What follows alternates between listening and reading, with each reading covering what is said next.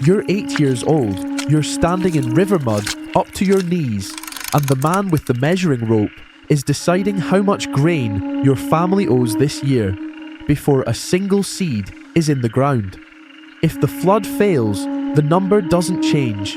10 ranks stand between this mud and the throne of Egypt, and you're probably thinking, nobody climbs that far.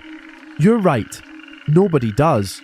Except one man, once, and this is his life, and it starts today with your father on his knees in front of that rope, explaining why 40 sacks he doesn't have aren't there. Let's find out what the climb costs, all 10 times. Level 1, the peasant. You're probably thinking, you're a slave. You're not. That's the first thing to understand about this country. Slaves get fed by someone. You feed yourself, and then you feed everyone above you. Your family farms a strip of black earth on the west bank of the Nile, south of Memphis, in the first year of a new king. A young one, strange they say, who prays to the sun instead of to Amun. You don't care. Kings are weather to you. The river is your god. Every summer it rises, drowns the fields for 3 months, and leaves behind the black mud that grows your life. And every summer the scribes come to you first, before your planting, and measure your field and write a number, and that number is your tax, whether the river was kind to you or not. This year it wasn't. The flood came low, the lowest anyone's seen in 11 years, and half your field stayed dry and grey, and your father owes your king 40 sacks of emmer on land that'll give him 20. So they beat him. That's not a metaphor. A tax scribe's assistant holds him face down in the mud of his own field and hits him with a stick, while another one writes down that he's been hit, because even the beatings are recorded here. And you stand there in your father's field at 8 years old, holding your little sister's hand, and you learn the whole system in one afternoon. There are men who hold the stick, men who hold the pen, and men who hold the mud. Your mud. Your wage is nothing. You eat bread and onions and beer so thick it's food, and on a good year you get a goose at the flood festival. What kills you at this rank? The river you worship. You've already lost a cousin to a crocodile at the water's edge. It took him at the knees, and he was gone before anyone screamed. The worms in the canals get into your legs, and you piss blood by the time you're 12. Half your village does. A bad flood kills you slowly. A good one kills you by surprise. Your father stands up, wipes the mud off his face, and goes back to work, because the river doesn't care that your father was beaten, and your next flood is already being born somewhere far to the south. You don't forgive the man with the stick. You don't forget the man with the pen. You can't read what he wrote, and that, more than the stick, is what you decide, at 8, you're going to fix. Level 2, the Corvée digger. You're 12 when the levy takes you. Every dry season, the king's men come to your village for labour, 1 man in 10, and since your father's back never healed right, your headman gives them you. Nobody asks you. You walk 3 days to a canal that's silted shut, and you spend 4 months in a ditch with a basket, carrying mud out of it on your head, 10 hours a day. And here's the thing, nobody back in your village will believe. You eat better than you've ever eaten. You get 10 loaves a day and 2 jugs of beer, the king's ration, because a starving digger digs nothing for him. It's the first time in your life the state has wanted you alive, and you notice that. You notice everything. You notice the overseer counts the baskets, not the men. You notice your crew boss gets 20 loaves and does nothing but shout at you. And you notice the day a wall of wet earth comes down on the lower crew while you're climbing out with a full basket. And the boy who slept beside you for 3 months, Penta, 14, who talked to you about nothing but his mother's bread, is under it. It takes you an hour to dig him out, and the men beside you Don't dig fast because they've seen this before, and they know. His wage for 4 months was food. His mother gets nothing. There's no one whose job it is to tell her. You carry baskets past the spot for another 6 weeks. Your canal opens. The water runs. Somewhere downstream, a field gets wet and a scribe writes a bigger number on it. That's what Penta died for. A number on someone else's field. And you decide you're never going to be the thing under the earth again. You're going to be the thing that counts. Level 3, the recruit. At 16, the army takes you. And it takes you because you ask. That sounds insane. Your uncle says so. But the army is the only ladder in Egypt that a mud boy is allowed to touch. And you've done the arithmetic that everyone in your village refuses to do. Stay, and you're your father. Go, and you might die, but you might not. The recruiting scribe laughs at you and reads you a text the scribes make their students copy. You'll learn it by heart later. Come, let me tell you of the soldier. He's woken at any hour, beaten like papyrus, his back is broken, he marches on bad water and carries his bread on his shoulder like a donkey. Every word of it turns out to be true. They march you to a garrison, shave your head, and a drill sergeant with one ear spends 6 months breaking you down to your bones. Wooden weapons first, then bronze. You learn your bow, your spear, your kopesh, the curved sword, and you learn them with your body because nobody here reads. Every mistake costs you a beating. The army keeps a tally of your beatings the way the tax scribe kept a tally of your father's. You get your first real wage. Rations, a loincloth, sandals. And sandals, you learn, cost 2 deben of copper in the market, which is what a goat costs, which is more than your father has held in his hand in a year. You're 16, and you're worth a goat. Something else happened this year, far to the north. The strange king moved the whole court into the desert to a brand new city he built for his sun god, and he closed the temples of Amun, all of them, and threw out the priests. Your cousin was a junior priest at a small temple near home. He's a beggar now. You hear it from a man on the parade ground, and you don't understand it yet, so file it. The ladder you're climbing isn't nailed to anything. A king can pick it up and move it. Level 4, the soldier. You're 18 the first time you kill a man.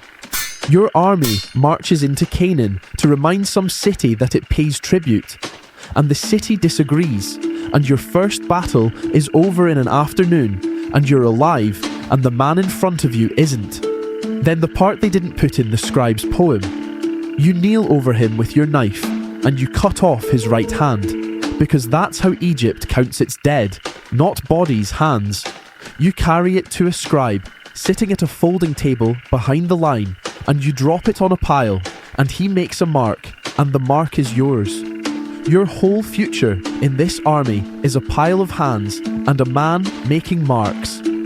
That night, you throw up, and the man beside you, a veteran called Jehuti with a face like a dried fig, tells you that's right, that's the correct response, and that you'll stop, and you don't want him to be right, and he is. 23 campaigns worth of right. Your army pays you in plunder here. You get your share, a bronze dagger, a Canaanite woman's bracelet that you sell for 4 deben, grain you'll never carry home. And you get the thing every soldier in Egypt dreams about. At the victory parade, the general hangs a necklace on you. 3 gold flies on a chain. The gold of valor, the king's own reward for men who didn't run. Flies, because a fly keeps coming back no matter how often you swat it. Gold, because it's the first gold you've ever touched. It's worth more than your father's field. It's worth more than your father. You wear it to sleep. Remember the weight of it around your neck. 25 years from now, you'll hang one on another man, and you'll remember exactly what it bought. Level 5, the Army Scribe. The army has a secret, and at 21 you find it. The men who actually run it can read. So you do the thing nobody from your village has ever done. The thing you promised yourself at 8 in your father's field. You pay a garrison scribe half your plunder, a year of it, to teach you the signs at night by lamp with a reed and a broken pot, and it's the hardest thing you'll ever do. Harder than the canal, harder than Canaan, because your hands were built for baskets, and the reed is a living thing that won't hold still. 700 signs, a year of your nights. And then one morning, the quartermaster's scribe dies of a fever, and you're the only soldier in the garrison who can count rations on papyrus, and just like that, you're not holding the spear anymore. You're holding the pen. Your wage changes its nature. Soldiers are paid in food. You're paid now in Deben, weighed copper, the closest thing your country has to money, and you learn prices the way you once learned your bow. A sack of emmer, 2 Deben, a goat, 2 or 3, a tunic of decent linen, 5, a donkey, 30, a bed, 20, a wooden coffin, 25, which tells you exactly what your life is worth here, because most men you know will die without one. You're paid 5.5 Deben a month, and you feel like a king. And then you do the quartermaster's accounts for the first time, and discover that his predecessor was stealing 1 sack in 12, and had been for 6 years. And you understand, in one cold hour, why the man with the pen never gets beaten. He's the one who writes down who got beaten. You know this in your body. You don't steal. Not out of virtue, out of arithmetic. A thief climbs 1 rung and stops. You aren't stopping. Level 6, the standard bearer. They give you 200 men and a pole with a painted emblem on top, and you're 24, and they post you to the city in the desert. The King's City. You've heard about it for 8 years, and nothing prepares you for what you see. White walls that hurt to look at, palaces open to the sky, and the king himself riding down the royal road in a chariot with his queen beside him, and both of them, everybody around you whispers it, look wrong to you. Long faces, long fingers, soft bellies, painted on every wall that way on purpose. He's not praying to the sun anymore. He's decided he is the sun's only son, and the sun only talks through him, and that means every temple in Egypt is a closed door, every priest a beggar, every festival your village danced at cancelled by his decree, and your men know it as well as you do. You stand guard at the edge of this with your standard, and you do the thing you've learned to do. You count. The grain that used to feed your temple of Amun now feeds this city's altars. The gold that used to be Amun's is on the king's wife. Your pay is 3 months late because the king is building tombs for his daughters in the cliffs, and a standard bearer with 200 hungry men learns fast that hunger is a political opinion. Your own cousin, the beggar priest, shows up at your barracks gate one evening, and you feed him from your own rations, and he tells you the thing he's told no one. There are men in Memphis who say this king is a curse. You tell him to be quiet, and you mean it. And that night, you lie awake doing arithmetic that has nothing to do with grain. A king is a man. You've seen men die. A king can die. And when this one does, every closed door in Egypt is going to open at once, and whoever's standing in the doorway with an army is going to matter. You start, quietly, carefully, at 24, to be that man. Level 7, the troop commander. You're 26 when the king dies, and you're 26 when the plague comes, and for the rest of your life, you'll never be sure which one caused which. They send you to Memphis with 1,000 of your men to hold the old capital while the court eats itself over the succession. A boy king, 9 years old, and the old men around him. And Memphis is where the sickness finds you. It comes up the river on the grain barges, the traders say. It doesn't matter. It starts with a fever, and then the skin goes wrong, and then in 4 days, 5, the man is dead, and the man who carried him is coughing. Your city has 100,000 people in it, and there's no one in charge but you. So you take charge. You shut the gates, not to keep the plague out, it's already in, but to keep it from walking out to every village on the river, including yours. Your men hate you for it. The priests of the newly reopened temples call you a tyrant. You burn the dead, which no Egyptian does. It destroys the body for the afterlife, because the embalmers are dead and the dead are stacking in the streets in the heat. You do it with your own torch the first time, so your men see that you'll carry the sin. You set up ration lines, and the arithmetic you learned over your lamp keeps 100,000 people fed through your 60 days of hell. 300 of your 1,000 men die. Jehuti dies, the fig-faced veteran who told you that you'd stop being sick at the sight of blood. And you find that he was right about that too, because you close his eyes with a steady hand and go straight back to the ration tables. Your cousin dies. You hear about it a month later, and you don't stop working, and some nights you're not sure whether that makes you the strongest man in Egypt or the emptiest. When it finally burns out, the river flood arrives, and the fields get wet, and the scribes go out with their ropes like nothing happened, and you walk the silent streets of a city you held together with your bare hands and your bad conscience, and you're not a troop commander anymore. You don't know it yet, but the Boy King's council has been reading your grain reports, and they've noticed something. Everyone else in Egypt ran. You counted. A letter is already on the river coming for you. It doesn't offer you a reward. It offers you the whole army, and the first thing the army needs you to do is go to war. Level 8, the great overseer of the army.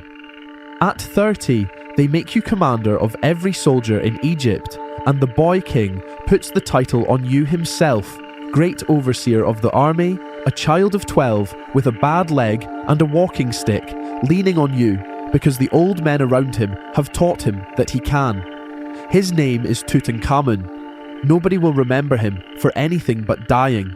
You're the one who actually runs the country, and running it means war, because the empire's been rotting for 20 years while the Sun King prayed.